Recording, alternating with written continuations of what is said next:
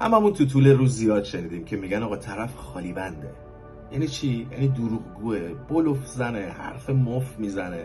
یه اصطلاحیه که ما میفهمیم معنیش اینه، ولی حکایت پشتش که خیلی حکایت جالبیه رو حالا میخوام امروز براتون تعریف کنم چیه. ریشه خالی بندی برمیگرده به زمان رضاشاه.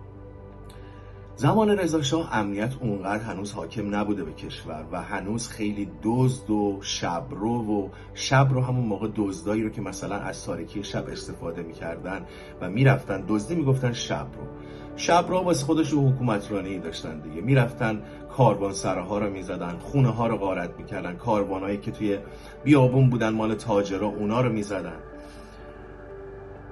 میگن که آقا بیاین یه کاری بکنیم، توی هر محله‌ای که میبینیم خطرش زیاده پاسبون بذاریم.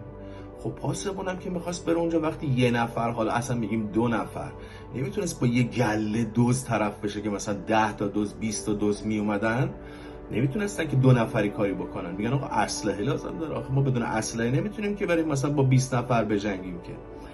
میگن آقا اسلحه کم داریم چیکار بکنیم؟ آقا شورا مشورتی میکنن، میگن آقا مثلا اگه 1000 تا پاسبون داریم 500 تاشون غلاف الکی ببندن. یعنی چی؟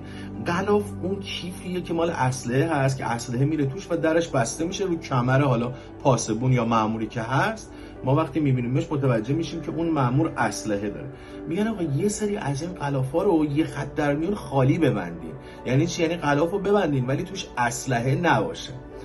آقا یه مدت خیلی کوتاهی امنیت تو شهر برقرار میشه و خبر درز میکنه که آقا یه سری از این پاسبونا اسلحه ندارن. آقا دزدام که میفهمن، اینا یه گروه تشکیل میدن که آقا شبونه برن یه دیدی بزنن ببینن آقا واقعا طرف اسلحه داره یا نداره. حالا به هر کلکی که بوده میفهمیدن، بعد برمیگشتن میگفتن آقا پاسبون فلان محله خالی بنده. یعنی چی؟ یعنی اسلحه‌ای وجود نداره، خالی بسته غلافشو. از اونجا خالی بندی یا همون دروغگویی مد شد.